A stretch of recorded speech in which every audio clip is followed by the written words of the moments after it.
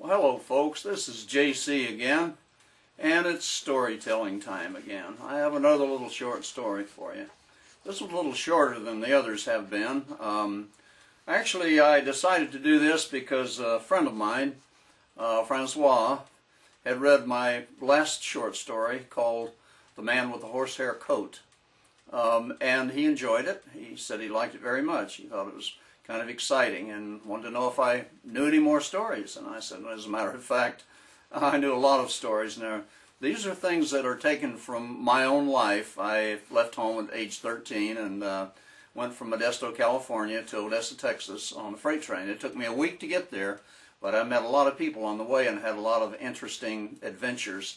And up until the time there when I met the man with the horsehair coat, I had left a friend of mine named Blackie, who came with me from Los Angeles to Colton, and then sent me on my way from Colton to Yuma, and then from Yuma on down to El Paso, and this is where I am now. And I told Francois, better known as the King, that I'd do this story for him. Actually, it's a continuation of the Man with the Horsehair Coat, and so I'll read it for you.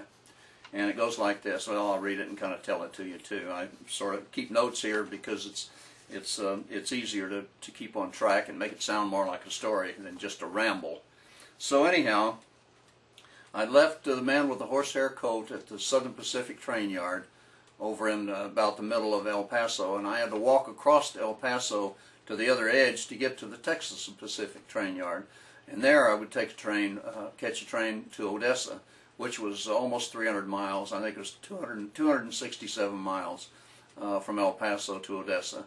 And it was an all-night trip. And it was going to be cold. I knew already it was going to be cold. So anyhow, I got to the Texas and Pacific train yard. It was late in the evening, and the train was about through making up. I watched a little while as train personnel walked up and down the train and did whatever they needed to do to help make this train up. Now, this was a long train. It must have had at least 130 cars, maybe more. Most of the trains in Texas, especially West Texas, are very long. Like I said, it was almost 300 miles from El Paso to Odessa, and I knew it would be an all-night trip and it would be cold. Now, this train had 4 engines to pull it. There were 2 facing forward and there were 2 facing backwards. That put the last engine with the door right at the first boxcar. There was no light showing in that back cab. So when the train started pulling out, instead of climbing inside the boxcar, I climbed aboard that last cab. It was obvious there wasn't anybody in there. Inside there were all kinds of gauges. I didn't recognize them, so I was very careful not to touch anything. The seat looked like one of these captain seats with the arms on it, a very comfortable, big, plush seat, and I sat down in it and it really felt good. So anyhow, it wasn't very long until I fell asleep. Well, in a couple hours, I felt myself being roughly shaken. And I woke up and I saw a big man glaring down at me. Boy, he was mad. He asked me what the hell I was doing in this cab, and I told him, well, I was sleeping. And I was really scared, and I didn't know what to expect. I assured him that I hadn't touched anything. And he said it doesn't matter, that if I had been discovered on this train, the entire train crew would have been fired. And I asked him, he said that I apologized and told him I was sorry, but he said that's not good enough. You're going to have to get off the train. And I told him, yes, I'd be more than happy to get off the train. And I asked him when it stopped. He said it doesn't stop till we get to Odessa.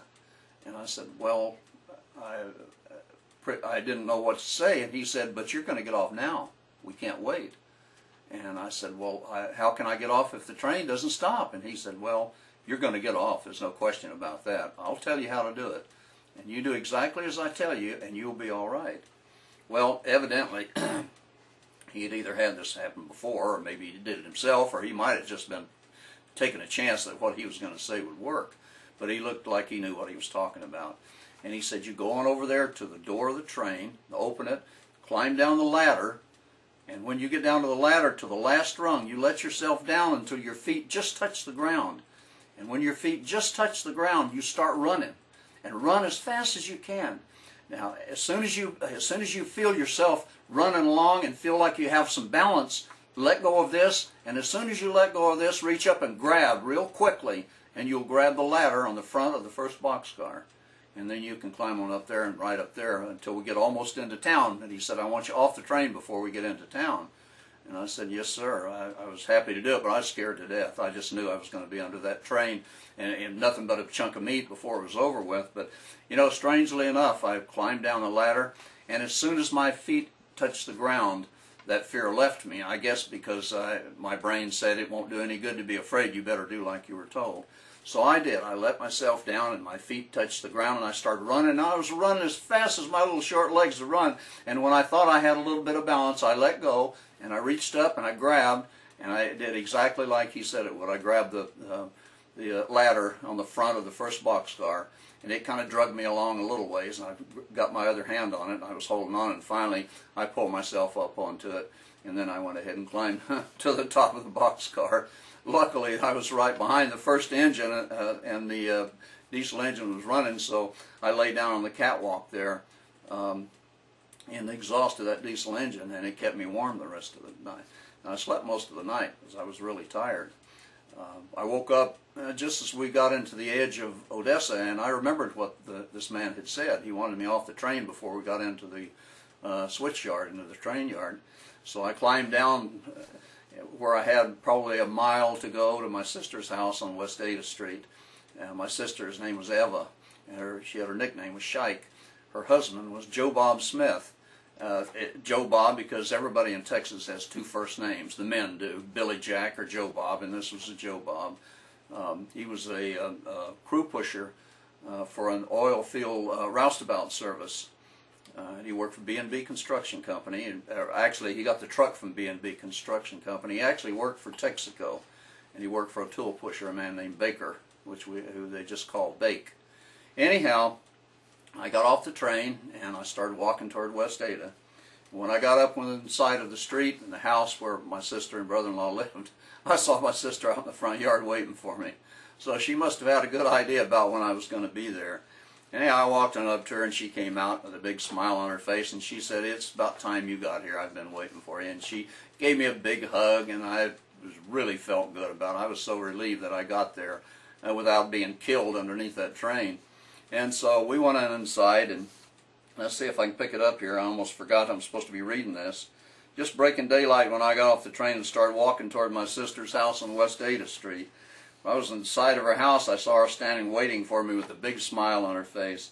She said it was about time I got here, and she gave me a great big hug. Well, we went inside, and Shag told me to wash my hands and face, and she had fixed me something to eat. And I did, and she did. And she started cooking, and I just kept eating. I must have eaten a half a dozen eggs and a half a pound of bacon at least, and a half a loaf of bread and a whole quart of milk, or it seemed like it anyhow. When I got through eating, I was so full I could barely move. Now, up to this time, the last few days, all I'd had to eat really was what the man in the horsehair coat bought for us, which was a loaf of bread, some candy bars, and a little carton of milk that he ripped off from the supermarket. I think he paid for the bread, and the rest went inside that big horsehair coat that I had on now. Anyhow, and her husband Joe, he had already gone to work when I got there, but I saw him that night, and he was, like I say, a roustabout crew pusher for an oil field service company. It was B&B Construction Company, and it serviced oil wells and tank batteries and such as that. Joe knew everything about hooking up tank batteries, tanks, heater treaters, separators, pipelines, digging ditches, maintaining the area around tank batteries. He knew all about pump jacks, Christmas trees, which is not a Christmas tree, but it's a cluster of a lot of valves that are all hooked together to route oil from one place to another in several different directions if it's necessary. So they can turn one on, turn the other off, and they can change the route of the oil by doing that, and they're called Christmas trees. Anyhow, he and his crew of 3 men drove a rig-up truck. Now, a rig-up truck is a short truck with a short bed on it, and it has gin poles that raise up and down like this. They're down on the over the top of the cab of the truck, and they raise them up like this and lean backwards, and a line runs down through a pulley, and from here, from a winch to a pulley and down here, so that if they need to pick something up, they can back up to it, they can pull the line down, tie it around whatever it is, and start the winch and winch it up there. Now this truck had what's called a rolling tailgate. Rolling tailgate is about this big around, and it looks like a giant cylinder, hooked onto each the back edges of the truck bed, so that when you pull something over the end of the truck and it comes up like this, the end of the truck rolls and it has very little resistance rather than dragging over a rough edge of a truck. So it's a rig-up truck with a set of gin poles and a rolling tailgate, and it had toolboxes along both sides of the truck, all kinds of tools, pipe threaders, pipe cutters, everything, pipe tongs, chain tongs, monkey, or they didn't call them monkey wrenches, they're pipe wrenches, all kinds of them. So they were all, everything you needed was on these trucks. Anyhow, that's what they did.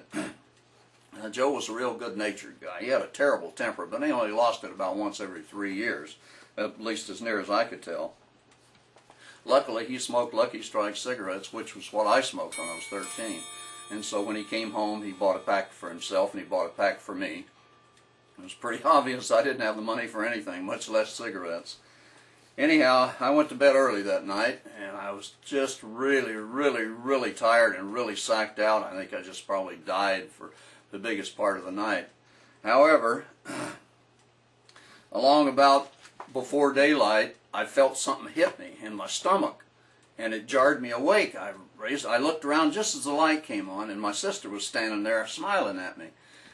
I asked her, "What's going on?" And she said, "It's time to go to work." And she reached down and she got the hard hat and handed it to me. And I said, "Work? Work where? I don't have a job." And she said, "Oh, yes, you do. Joe needed another hand, and you're hired, so you're going to go to work." And I told her, I said, "I don't remember applying for a job." And she said, "You didn't have to apply for a job." She said, "James, you can stay here as long as you want to. But as long as you stay here, you're going to work. So you might as well get used to it." Well, I didn't mind. You know, here I was 13 years old, and I was going out to work on a rig-up truck with a bunch of roustabouts in the oil patch, just like a grown-up man. Got $1.10 an hour, the same as the grown-ups did. After, I thought it was great, except later on, a few things happened that I'll tell you about in another story.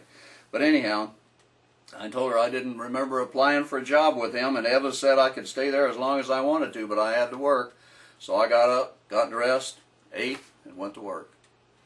And the rest of it is another story. And I hope you enjoyed this one. Thank you very much. This is JC.